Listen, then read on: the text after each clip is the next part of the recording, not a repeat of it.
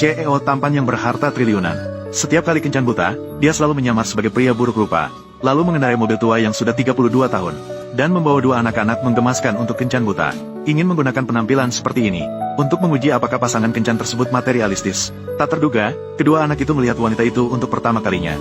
Langsung bersemangat memanggilnya, Mami, Mami. Kedekatan yang tiba-tiba ini mengejutkan keduanya. Anak laki-laki itu segera menjelaskan. Dia dan saudarinya sering melihat Mami dalam mimpi. Ibu dalam mimpi mirip persis dengannya. Nama saya Jiang Daqiang. Meskipun saya tidak terlalu tampan, keluarga saya masih tidak memiliki rumah, hanya memiliki satu mobil tua itu. Namun, saya memiliki standar tinggi untuk pasangan. Tetap cukup tinggi, harus cantik, juga harus lembut, mampu bersosialisasi, mampu memasak. Pria ini terlihat jelek, namun berpikirnya sangat indah. Mami, jangan lihat ayahku, tidak begitu tampan, tapi dia orang yang baik. Dia akan menyayangi istrinya. Jika kamu menikah dengannya, kamu bilang, dia pasti tidak berani membantah. Melihat wanita itu terpengaruh oleh kata-kata putranya, CEO segera menariknya ke sisinya. Dengan suara rendah memperingatkan putranya untuk tidak berkhianat di saat-saat terakhir. Sudah sepakat untuk berpura-pura miskin dan buruk rupa agar menjauhkan calon pasangan. Namun, anak laki-laki itu saat ini hanya memikirkan bagaimana ayahnya akan membawa pulang ibunya. Sama sekali tidak peduli apakah CEO setuju atau tidak. Lalu langsung memuji kelebihan ibunya. Selama kamu menikah dengan ayah, kamu akan memiliki kami berdua. Super tak terkalahkan. Anak-anak menggemaskan yang sangat lucu. Jangan dengarkan dia. Aku miskin dan jelek. Kamu menikah denganku. Kamu akan menderita seumur hidup. Baik, mari kita mengurus dokumen pernikahan. Baik, mengurus dokumen. Saya suka anak-anak. Jadi, mari kita mengurus dokumen pernikahan. Saya tidak membawa buku catatan keluarga. Kami membawa buku catatan keluarga. Dengan demikian, mereka berdua pergi ke kantor catatan sipil untuk mengurus dokumen pernikahan. Namun CEO tetap khawatir wanita itu seorang materialistis. Jadi dia sekali lagi menjelaskan, anak-anak tidak boleh mengungkapkan identitas aslinya. Dia menunjukkan bahwa meski sudah menikah, mereka bisa bercerai. Dia harus terus berpura-pura sebagai pria buruk rupa, membuat wanita itu pergi dengan sukarela. HMPH, wanita mana yang bisa mentolerir? Suamiku sudah tua dan jelek. Ayah hari ini saja memberikan kalian pelajaran, membuat kalian tahu apa yang dimaksud dengan orang tua lebih berpengalaman. Kalian di sini membicarakan apa? Tidak ada apa-apa. Oh ya, segera setelah itu, CEO kembali berkata kepada wanita itu bahwa dia saat ini tidak memiliki pekerjaan, juga tidak bisa menyewa rumah. Kedepannya, dia dan anak-anak hanya bisa tinggal di rumahnya. Boleh saja, tapi kamu harus membayar setengah dari sewa. Kita sudah menikah, untuk apa membicarakan ini? Saudara kandung pun bisa menghitung dengan jelas. Apalagi kita yang merupakan pasangan yang menikah di usia matang. Saya tidak peduli, saya tidak punya uang. Kamu, kakakku dan aku, malam ini tidak ada tempat untuk tinggal. Kita akan tidur di jalanan. Melihat anak-anak yang begitu menyedihkan, wanita itu terpaksa setuju untuk mereka tinggal di rumahnya. Begitulah, wanita itu membawa mereka bertiga kembali ke rumah. Ini adalah rumah yang saya sewa. Meskipun agak kecil, tapi untuk kami berempat masih bisa. Jiang Daqiang, nanti kamu bikin CV. Saya akan membantumu untuk bertanya. Di mana masih mencari orang? Tunggu sampai kamu dapat pekerjaan. Kamu tinggal kerja saja. Saya pergi bekerja. Sekarang membesarkan anak itu bisa menghabiskan uang. Setahun bisa sampai puluhan ribu. Dua anak sudah dianggap sekitar 100 ribu. Jika kamu tidak pergi bekerja, satu, mana cukup untuk membiayai pendidikan mereka? Kamu harus membiayai pendidikan mereka. Iya, benar. Tapi, mereka kan bukan anak kandungmu. Sudah menikah. Mereka adalah anak kandungku. Xiao Xiao dan Suan Suan, kalian pergi nonton TV. Saya akan masak makanan enak untuk kalian.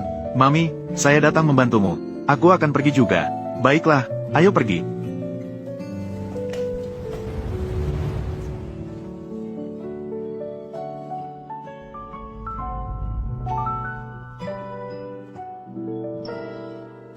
Telur ini hanya butuh 2 saja sudah cukup. Makan sudah siap. Mami makan iga. Di atas iga ada daging. Setelah makan, kalian akan gemuk.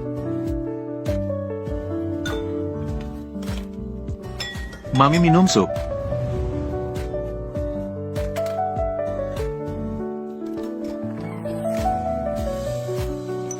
Anak-anak yang baik sekali. Sayangnya, bukan anak saya. Mami, ada apa? Kenapa tiba-tiba tidak senang? Mami tidak senang. Ayo, kalian makan juga. Xiao Xiao dan Suan Suan, apakah kalian lupa sesuatu? Dedika yang kamu maksud dengan menyuput sayur, kamu bisa ambil sendiri. Iya, benar.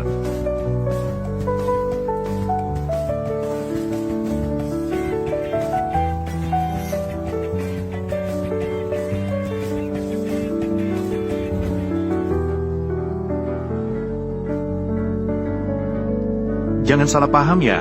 Saya melihat kamu datang ke sini. Saya hanya menambahkan untukmu. Tidak terduga, kamu orang yang cukup narsis. Tentu saja. Ngomong-ngomong, aku sudah punya satu pertanyaan untukmu. Tapi tidak tahu apakah harus ditanyakan. Tanyakan saja. Maksudnya saya jelek dan miskin. Dan membawa 2 anak. Kenapa kamu mau menikahiku? Menikah dengan siapa juga sama saja. Hanya berbagi hidup saja. Bagi saya, asal bisa, yang lainnya tidak masalah. Jadi, menurutmu, bagaimana tentang saya, kamu? Lumayan, kan? Hanya saja agak malas. Keluar.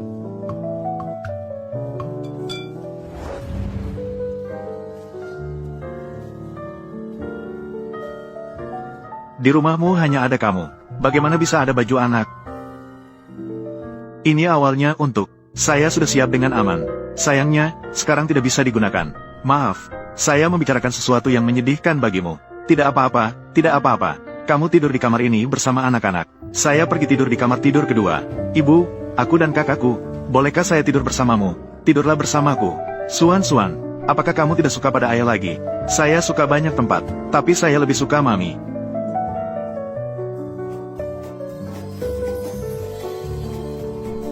Malam ini saya tidur bersama mereka.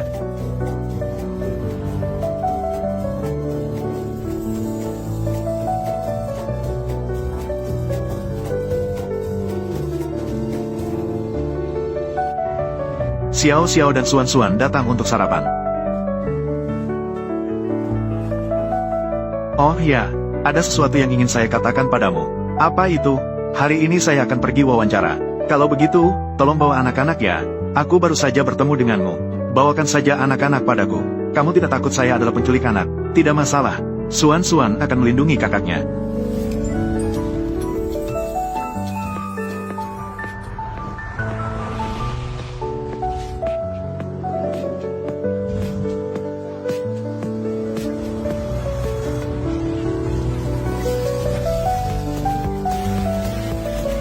Selamat pagi, Tuan Jiang.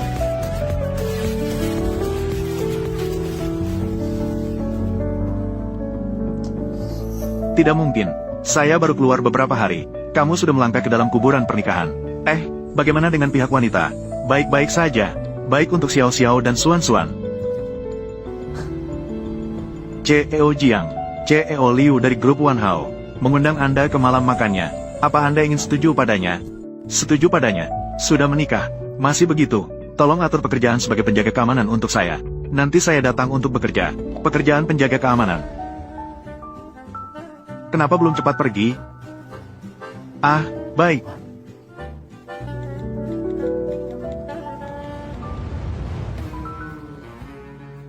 Tidak mungkin. Kamu begitu saja. Menikah dengan seorang pria yang hanya pernah ditemui sekali. Sudah menikah. Dan masih begitu. Dan penampilannya masih tidak ideal. Jadi apa yang dapat saya lakukan? Dandan. Mengancam saya dengan informasi tentang anak. Saya tidak bisa tidak mendengarkan, kan? Wang Yutian sungguh sangat keji. Jika saya melihatnya, pasti saya akan memukul kepalanya. Lupakan. Tidak usah dibicarakan lagi. Sudah. Bukankah kamu terakhir kali meminta saya membantu mencari pekerjaan? Malam makan dari grup Wan Hao. Merekrut pelayan. Gaji 1.000 yuan. Ada hal baik seperti ini. Tunggu saya sebentar. Saya akan mengirim pesan kepada suami saya. Biarkan dia datang untuk menjaga anak. Saya datang untuk mencari nafkah. Dakiang, apakah kamu ada waktu malam ini? Haha, saya ada urusan malam ini. Apakah itu sangat penting?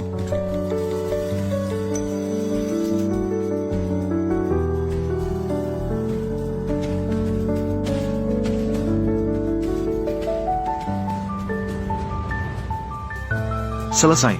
Suamiku ada hal penting malam ini. Hal yang sangat penting. Tidak bisa membawa anak-anak. Tidak bisa mencintai. Kamu bodoh ya? Bawa saja anak-anak itu. Di pesta malam yang begitu mewah. Masih takut? Akan ada penculik yang menculik anak, bukan?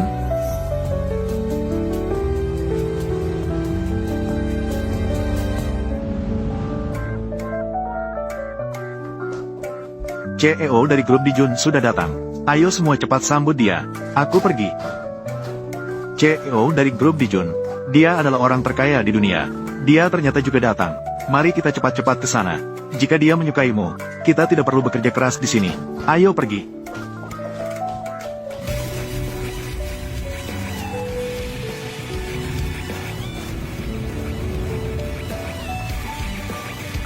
Selamat datang, Tuan Jiang.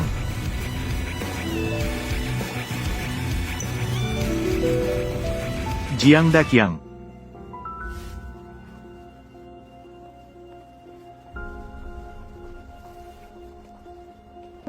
Hai, apa yang terjadi dengan Sheng Sheng? Apakah kamu mengenal CEO dari grup Dijun? Tidak, tidak mengenal. Hanya, dia mirip sedikit dengan suamiku, Jiang Daqiang. Hanya saja dari samping. Dia tidak seberapa tampan lah. Hai, aku pikir, aku akan memiliki satu teman dekat istri orang terkaya di dunia. Dengan cara ini aku bisa dekat dengan kaki sahabatku, sepenuhnya bersantai. Sekarang tampaknya masih menjalani hidup sebagai pekerja. Tidak bisa membiarkanmu bersantai dan bergantung pada kaki orang lain. Ini adalah kesalahan saya. Gadis kecil di sini mau minta maaf padamu. Menyebalkan. Oh ya, kita cepat naik yuk. Jika tidak, kepala pelayan akan memarahi kita lagi. Ayo pergi.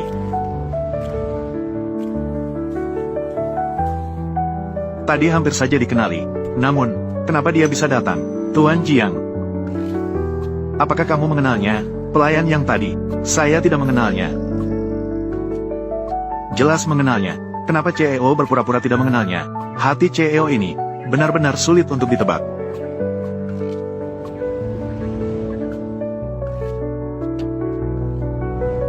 Wow, ini adalah pesta Marriott Group. Ternyata mewah. Kakak Lin, terima kasih ya. Kalau bukan karena kamu, saya bahkan tidak tahu. Pesta masyarakat kelas atas. Ternyata seperti ini. HMPH. Jadi kamu malam ini harus berterima kasih dengan baik padaku ya. Menyebalkan, menyebalkan. Bukankah itu Hua Sheng? Bukankah saya sudah putus dengannya? Apa dia datang ke sini untuk mengejarku? Sampai-sampai jadi pelayan di sini. Sungguh sial. Apakah saya lupa melihat kalender hari ini? Tidak percaya bisa bertemu pasangan menggemaskan ini. Hua Su, bukankah ini putri ibu tiri kamu? Lin Xian, Lin Fuyang, bukankah ini mantan pacar kamu? Dua orang ini, bagaimana mereka bisa bersama? Tidak perlu pedulikan mereka. Ayo kita pergi. Hei, Kak, kamu. Tidak apa-apa, tidak ada berat. Kak, kenapa kamu begitu terburu-buru pergi? Mau melakukan apa? Aku masih ingin bertanya padamu. Bagaimana kamu bisa jadi pelayan di sini? Apakah uangmu tidak cukup? Jika uangmu tidak cukup, kamu bisa bilang padaku. Aku akan membantumu. Benarkah? Tentu saja benar. Lagi pula, aku adalah adikmu. Aku melihat kakak di sini melayani orang dengan membawa piring. Aku sebagai adik merasa tidak enak di hati. Hua Su, kamu memang sangat baik hati. Kakak Fuyang. Menjijikan.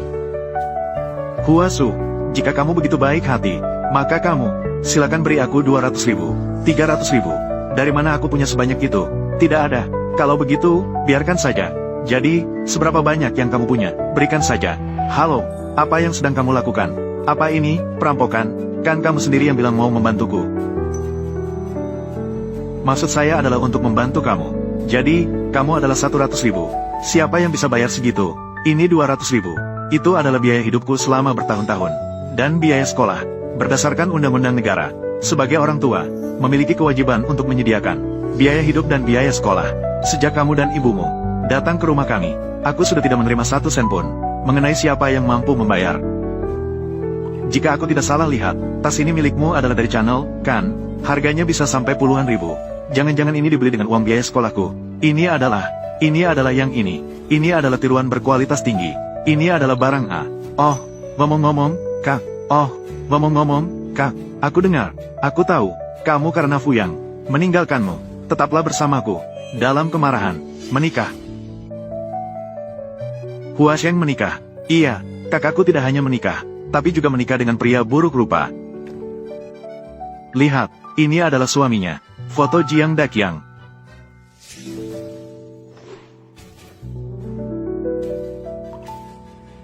Ada apa? Bukankah suamimu memang pria buruk rupa? Yang kamu percayai adalah nyata, yang tidak kamu percayai itu tidak. Lihatlah di rumah. Pria ini memang sangat jelek. Pria ini, seperti ini, Bahkan ada wanita yang menikah dengannya. Tidak, ini jelas bukan pria buruk rupa. Ini benar-benar pria terjelek di dunia. Lihat wajahnya. Apa ini masih bisa disebut wajah? Bahkan pantatku lebih cantik daripada dia. Menikah dengan pria buruk rupa seperti ini. Untuk apa? Untuk uang.